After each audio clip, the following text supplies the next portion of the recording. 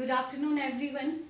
So, in the last lecture, we all discussed about prokaryotic and eukaryotic cells, but today we will discuss about the various processes taking place through cell plasma membrane or cell membrane. These are various processes. सबसे पहले हम discuss करते हैं what is osmosis. थोड़ा सा आपने उसके अंदर आपने केमिस्ट्री के अंदर पढ़ा भी होगा व्हाट इज डिफ्यूजन. डिफ्यूजन क्या होता है? डिफ्यूजन का मीनिंग क्या होता है? If I take some of the fragrant material, अगर मैं यहाँ खड़ी हुई हूँ, यहाँ से मैं कुछ स्प्रे कर रही हूँ, if I spray the substance here that spread throughout the room, पूरे रूम के अंदर वो फैल जाता है, that is known as diffusion. Diffusion को हम कैसे डिफाइन कर सकते हैं? That is the movement of substance from the region of high concentration to low concentration. This is the movement of substance from the region of high concentration to low concentration, that is called as diffusion. But अगर हम बात करते हैं osmosis की, osmosis का meaning क्या होता है? ओस्मोसिस के अंदर सॉल्वेंट या वाटर मॉलिक्यूल, वाटर का हायर कंसंट्रेशन से लोअर कंसंट्रेशन में जाना, that is called as osmosis. But इसमें एक स्पेशल कंडीशन है, किसके थ्रू हो जाता है? That take place through the semi permeable membrane. So how will we define osmosis? That is the movement of water molecule from the region of higher water concentration to low water concentration through a semi permeable membrane. So the movement of water या कोई भी solvent का मतलब होता है घोलने वाला, जिसमें कोई चीज घुलती है. Solvent water from the region of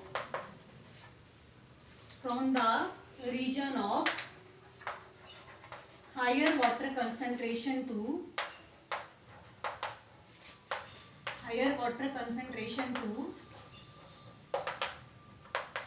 lower water concentration. High water concentration से लो वाटर कंसंट्रेशन में वाटर का मूव करना through a semi permeable membrane. Through a semi permeable membrane. अब ये सेमी परमिएबल मेम्ब्रेन क्या होती है? क्या ये पॉलीथीन शीट है? क्या ये कोई और मेम्ब्रेन है? सेमी परमिएबल का मीनिंग होता है, जैसे हमने सेल मेम्ब्रेन के बारे में डिस्कस करा था. What is a cell membrane? Cell membrane क्या होती है? That is the membrane selectively permeable या सेमी परमिएबल हम उसको बोलते हैं. सिलेक्टिवली परमिएबल मतलब सिलेक्टेड सब्सटेंस को अंदर बाहर आने जाने देती है. जैसे सपोज एक सेल है, हमने डिस्कस करा था, ये सेल है, हमारे सेल के चारों तरफ एक मेम्ब्रेन है जिसको हम सेल मेम्ब्रेन बोलते हैं. सो सेल मेम्ब्रेन का काम क्या है?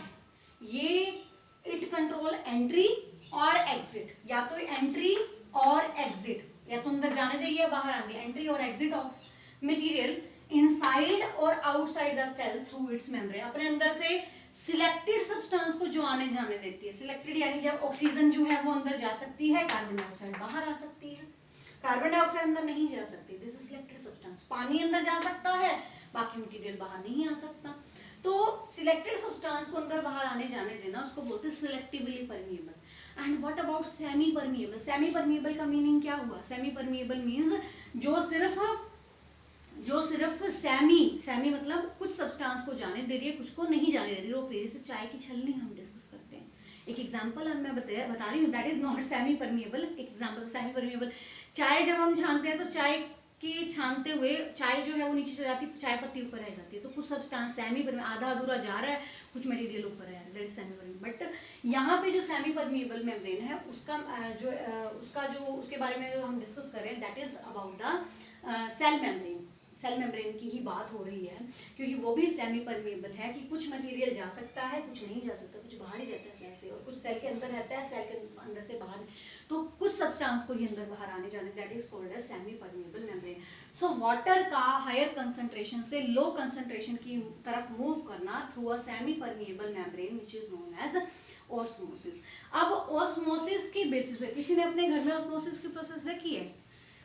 Do you know, can you give the examples of osmosis in the daily life? कोई और बता सकते हैं? अच्छा, रेजिन्स की मैंने आपको वीडियो शेयर करी थी, आपने देखा था कि रेजिन्स जो हैं वो पानी को एब्जॉर्ब करें, दैट इज ऑस्मोसिस. ठीक है. और कोई example in the daily life?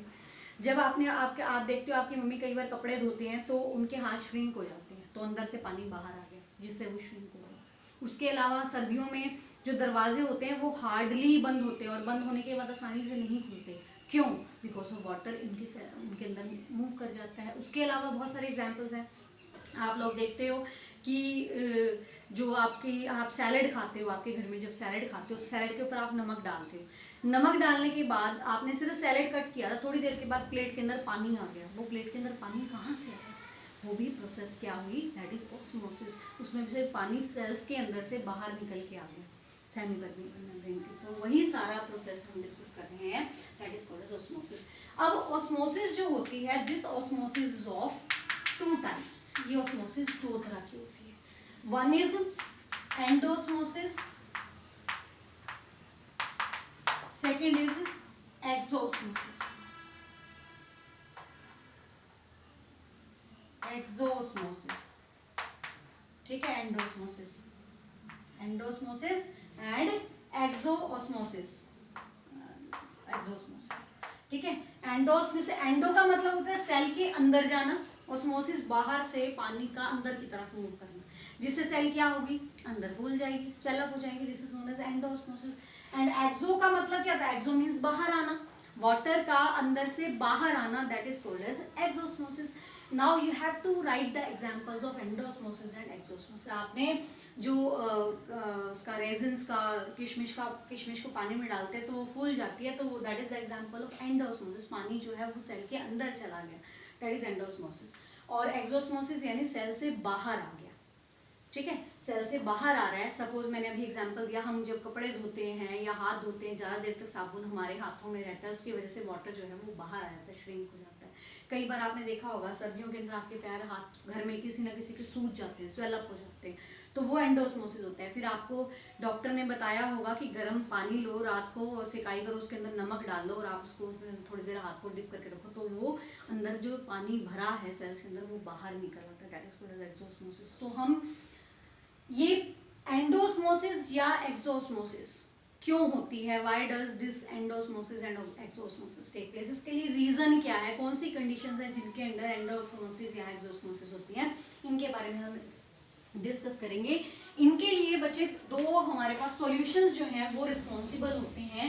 सबसे पहले हम डिस्कस करते हैं सॉल्यूशंस की। अगर हम बात करते हैं इन द बायोलॉजी, तो there are various types of solutions. कुछ सॉल्यूशंस हमारे पास हैं। सबसे पहले हमारे पास आता है, एक होता है हमारे पास हाइपोटोनिक सॉल्यूशन, दूसरा हमारे पास होता है hypertonic solution,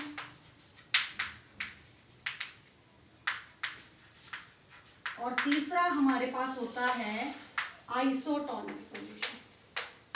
isotonic solution, there are 3 solution हम डिस्कस करते हैं आइसोटोनिक सॉल्यूशन। सबसे पहले हमारे पास है हाइपोटोनिक। हाइपोटोनिक सॉल्यूशन क्या होता है? हाइपोटोनिक सॉल्यूशन ऐसा सॉल्यूशन है जिसके अंदर सॉल्वेंट यानी वाटर की कंसंट्रेशन ज्यादा है, सॉल्वेंट की या वाटर की कंसंट्रेशन ज्यादा है, और जो उसके अंदर घुला हुआ सब्सटेंस है उसकी कंसंट्रेशन कम है, तो उसको हम क्या बोलेंगे? That is called as hypotonic solution. तो हम कैसे इसको राइट करेंगे, हमें कैसे पता चलेगा कंसंट्रेशन ज्यादा है, किससे ज्यादा है, किसके कंपैरिजन में हम बात करें? We discuss about in the comparison of the cell. Cell के कंपैरिजन में हम बोलते हैं जिसमें वाटर की कंसंट्रेशन ज्यादा है। So suppose this is our cell, ठीक है, सेल के अंदर की कंसंट्रेशन है सपोज ये वाटर, लेकिन बाहर जो है पार्टिकल्स जो हैं और क्लोजर है यानी वाटर की कंसंट्रेशन ज्यादा है, ठीक है। If the medium surrounding the cell, अगर सेल के चारों तरफ का जो मीडियम है that is having higher water concentration, जिसके अंदर पानी की कंसंट्रेशन ज्यादा है, having higher water concentration than the cell, cell की बजाय जो पानी की कंसंट्रेशन है बाहर ज्यादा है, सेल के अंदर पानी की कंसंट्रेशन कम है। फॉर एग्जांपल हम लेते हैं पानी के अंदर हमने किशमिश डुबा दी, तो किशमिश क्या है? किशमिश जो है वो क्या है? अंदर पानी नहीं है, बाहर पानी ज्यादा है, पानी बाहर से अंदर की तरफ मूव करता है। So the medium surrounding the cell having higher water concentration than the cell, so the water will move inside, जिसकी वजह से वाटर जो है that will move inside. This type of solution is known as hypotonic solution. Definition आप लिख सकते हैं, you can write the definition. If the medium surrounding the cell has, write down, if the medium surrounding the cell has higher water concentration than the cell, cell की बजाय बाहर पानी की concentration ज्यादा है, जिसकी वजह से पानी अंदर जा रहा है। तो ये कौन सी प्रोसेस हुई, हाइपोटोनिक सॉल्यूशन में कौन सी प्रोसेस हुई, अभी हमने डिस्कस करा था ना, ये इसका भी रीजन है और इसका भी टाइप है ऑस्मोसिस के, कौन सी प्रोसेस हुई, that is endosmosis take place, endosmosis, अभी हमने डिस्कस करा था पहले, ठीक है। दूसरा हम डिस्कस करते हैं हाइपरटोनिक सॉल्यूशन। हाइपरटोनिक में उल्टा है इसका, हाइपरटोनिक में क्या है, बाहर सेल के अंदर पानी की कंसंट्रेशन ज्यादा है बट सेल के बाहर पानी की कंसंट्रेशन कम है। जैसे सपोज नमक हमने बहुत सारा ले लिया, उसमें थोड़ा सा पानी डाल दिया तो वो नमक का घोल बन गया, ठीक है। तो अब हम इसी फूले हुए किशमिश के दाने को हम कहाँ रख देते हैं, नमक के पानी में, बहुत ज्यादा नमक है जिसके अंदर, तो जिसकी वजह से क्या होगा, the medium surrounding the cell has low water concentration than the cell, concentration पानी की अंदर की अंदर पानी की कंसंट्रेशन ज्यादा है, बाहर पानी की कंसंट्रेशन कम है। इसमें हम चीनी का घोल भी ले सकते हैं, जो आप देखते हो ना जो चाशनी बनती है, तो चाशनी के अंदर अगर हम इसको डालते हैं तो ये पानी लूज कर देगी, ये श्रिंक हो जाएगी। तो the medium surrounding the cell having low water concentration than the cell, so the cell will lose water by the process of osmosis, cell जो है वो पानी को लूज कर देगी अपने अंदर से। You can write the definition. If the medium surrounding the cell has low water concentration than the cell will lose water by the process of osmosis. This is known as hypertonic solution. इसको हम क्या बोलेंगे, hypertonic solution. पानी को अपने अंदर से loose कर देगी, जैसे हमने अभी डिस्कस किया था सैलेड के ऊपर हमने नमक डाला तो क्या होगा, वो पानी को लूज करेगी क्योंकि अंदर पानी ज्यादा है, नमक की वजह से बाहर नमक जो है वो पानी की कंसंट्रेशन कम है, तो अंदर से पानी बाहर की तरफ आता है, ठीक है। दिस इज नोन एज, क्या बोलेंगे इसे हम, hypertonic solution, hypertonic solution. You can write the definition. और कौन सी प्रोसेस हो रही है, पानी बाहर आ रहा है सेल से, तो exosmosis is taking place, exosmosis is taking place, clear. अगला हम डिस्कस कर रहे हैं isotonic solution. Iso means similar, tonicity जिसमें सेम कंसंट्रेशन है, अंदर और बाहर सेम कंसंट्रेशन है, ठीक है। तो जितना पानी जाएगा उतना पानी बाहर की तरफ आएगा। So no net movement of water, ये हमारा जो है सेल है, इसमें अंदर की कंसंट्रेशन और बाहर की कंसंट्रेशन बिल्कुल सेम है। सो एरो आप दोनों साइड डालेंगे, ना पानी अंदर जाएगा ना बाहर आएगा, या फिर हम ऐसा बोल सकते हैं जितना जाएगा उतना बाहर आ जाएगा, जिसकी वजह से ना तो सेल वाटर को गेन करेगी ना ही सेल वाटर को लूज करेगी। That is known as isotonic solution. The medium surrounding the cell having equal water concentration, medium के अंदर सेम वाटर कंसंट्रेशन है as the cell, so there is no net movement of water inside और outside the cell, cell के अंदर और बाहर कोई भी मूवमेंट वाटर की नहीं हो रही, no net movement of water is taking place, this is known as isotonic solution. So there are 3 types of solution हम डिस्कस कर रहे हैं। पहले हमने पढ़ा हाइपोटोनिक सॉल्यूशन, जिसके अंदर सेल के अंदर वाटर एंटर कर जाएगा, एंडोस्मोसिस होगी। हाइपरटोनिक पढ़ा, जिसके अंदर वाटर जो है वो बाहर निकल आएगा और जिसको हम बोलते हैं श्रिंक हो जाएगी, सेल हमारी श्रिंक हो जाएगी। और तीसरा जिसके अंदर no net movement of water is taking place, so यहाँ पे ऑस्मोसिस प्रोसेस शो नहीं होगी, no net movement of water is, so that is known as isotonic solution. So ये हमारे पास डेफिनेशन हम तीनों करेंगे। आइसोटोनिक की डेफिनेशन भी नोट कर लीजिए। If the medium surrounding the cell having same water concentration as the cell, so there is no net movement of water take place. ये important question है, final exams में आता है, either the definition come और हमारे पास इसके बारे में इसकी application based question भी आता है कि अगर हम किसी सेल को हाइपोटोनिक सॉल्यूशन में रख देते हैं, what happens when any animal cell is placed in the hypotonic solution। ये एनिमल सेल की बात हम कर रहे हैं, तो हाइपोटोनिक में रखेंगे तो वाटर गेन कर लेगी, ठीक है, और अगर हाइपरटोनिक में रखेंगे तो वो वाटर को लूज कर देगी और श्रिंक हो जाएगी, ठीक है। और यहाँ पे अगर हम बात करते हैं आइसोटोनिक की, आइसोटोनिक में ना गेन करेगी ना लूज करेगी, neither shrink nor swell up, so in the isotonic solution the cell volume remain same. So these are different type of solution on the basis of process of osmosis. अब इनका हमारा real life में क्या benefit होता है। Hypotonic solution की अगर हम बात करते हैं, हाइपोटोनिक सॉल्यूशन हमारा हम लोग डिस्कस करते हैं कि इसकी हमें ज़रूरत क्या होती है। बहुत सारी चीज़ों को सेम कंसर्न, जैसे हमारा कोई प्लांट है, प्लांट जो हमारा मुरझा रहा है, हम उसको वाटर दे देते हैं तो हाइपोटोनिक सॉल्यूशन यानी पानी हमने उसको दे दिया तो दोबारा से फ्रेश हो जाता है। हाइपरटोनिक का क्या फ़ायदा होता है, बहुत सारी प्रोसेसेस को क्योर करने के लिए, बहुत सारी प्रॉब्लम्स को क्योर करने के लिए हम लोग हाइपरटोनिक सॉल्यूशन का यूज़ करते हैं। और आइसोटोनिक सॉल्यूशन का यूज़ हमारा कहाँ होता है, ये हमारा इंजेक्शंस, ग्लूकोज जो हमारा इंट्रावेनस ग्लूकोज हमें चढ़ाया जाता है वो आपका आइसोटोनिक सॉल्यूशन है। तो नियर अबाउट अगर हम डिस्कस करते हैं 0.9 नॉर्मल NaCl सॉल्यूशन या ग्लूकोज जो है आपकी बॉडी में इंजेक्ट करा जाता है, ग्लूकोज की ड्रिप लगाई जाती है, तो वो आइसोटोनिक सॉल्यूशन होता है, ताकि आपकी जो ब्लड की सेल्स हैं neither they shrink nor they swell up. So these are the examples of are different types of solution. Now हम डिस्कस कर रहे हैं अबाउट नेक्स्ट हमारी जो, ये तो हमारी थी एनिमल सेल की बात, हम प्लांट सेल की बात के बारे में थोड़ा सा डिस्कस कर लेते हैं। एक वीडियो मैंने आपके साथ और शेयर करी थी एग वाली, एग ऑस्मोसिस वाली। जब एग को सबसे पहले तो हमने एसिड में डाला था, एसिटिक एसिड में डाला, एसिटिक एसिड में डालने के बाद या विनेगर के अंदर डाला था तो उसकी शेल जो है वो डिजोल्व हो गई। अब वो सेमी परमिएबल मेम्ब्रेन निकल आई, आप सबने देखी होगी वीडियो। तो उसमें क्या है, जब आपने उसको हाइपोटोनिक में डाला तो उसका वेट जो है वो डबल हो गया, उससे पता चलता है कि पानी उसने गेन कर लिया।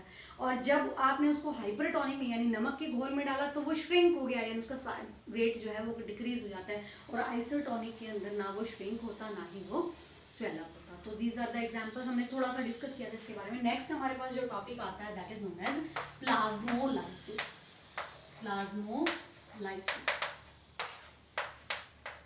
प्लाज्मोलाइसिस क्या होता है? प्लाज्मोलाइसिस का मीनिंग क्या होता है?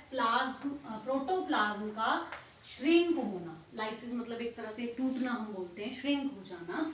सो प्लाज्मोलाइसिस में श्रिंकेज ऑफ प्रोटोप्लाज्म, सेल के अंदर जो प्रोटोप्लाज्म है उसका श्रिंक हो जाना, ठीक है। लेकिन ये प्रोसेस सिर्फ प्लांट सेल्स के अंदर ही होती है। अगर मैं प्लांट सेल की बात करती हूँ, suppose I am having this plant cell, इस प्लांट सेल के अंदर ये हमारे पास सेल वॉल है, दिस इज सेल वॉल, ठीक है। इसके अंदर हमारा ये है सेल मेम्ब्रेन, ये हमारी सेल मेम्ब्रेन हो गई। इस सेल मेम्ब्रेन के अंदर हमारा न्यूक्लियस है, ठीक है। ये हमारा गोल्जी अपरेटस हो गया और डिफरेंट टाइप ऑफ पार्ट्स हैं हमारे, ठीक है। हमें पता है कौन कौन से पार्ट्स हैं, ठीक है। मैं थोड़ा थोड़ा बना देती हूँ इसके बारे में। अब ये हमारी हो गई प्लांट सेल, ठीक है, this is our plant cell. ये प्लांट सेल, जब प्लांट सेल को हम किस में रख देते हैं, we keep it in the hypertonic solution. जब भी हम किसी हाइपरटोनिक सॉल्यूशन के अंदर इसको रख देते हैं, हाइपरटोनिक सॉल्यूशन में जब हम प्लांट सेल को रख, हाइपरटोनिक माने नमक के घोल में, चीनी के घोल में, जब हम इसको रख देते हैं तो क्या होता है, इसका जो अंदर का प्रोटोप्लाज्म, क्योंकि सेल वॉल हमने पढ़ा, सेल वॉल का काम होता है शेप को मेंटेन करना, रिजिड होती है सेल वॉल मेंटेन करती है शेप को, बट जो प्रोटोप्लाज्म है वो मेंटेन नहीं कर सकता। तो यहाँ पे जब हम इसको हाइपरटोनिक सॉल्यूशन के अंदर रखते हैं तो ये मटेरियल अंदर वाला क्या हो जाता है बेटा, दिस गेट श्रिंक। ये सारा का सारा मटेरियल जो होता है ये श्रिंक हो जाता है away from the cell wall, cell wall से अंदर की तरफ। ये इसके पार्ट्स हैं हमने जो डिस्कस करे। अंदर का मटेरियल जो है वो सारा का सारा क्या हो जाता है, श्रिंक हो जाता है। प्रोटोप्लाज्म का श्रिंक होना that is known as plasmolysis away from the cell wall. Cell wall जो है वो रिजिड है, that cannot change its shape.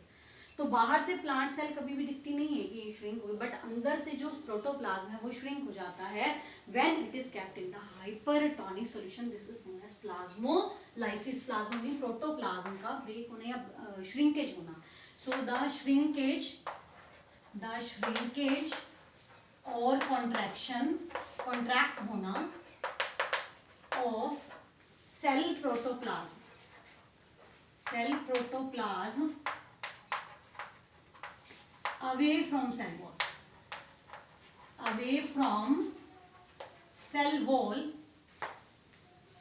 wall when a living plant cell is placed in hypertonic solution। Hypertonic solution के अंदर जब आप living plant cell को रख देते हैं तो क्या होता है, अंदर का जो प्रोटोप्लाज्म है वो श्रिंक हो जाता है। This is known as plasmolysis. क्या बोलते हैं इसे हम? This is known as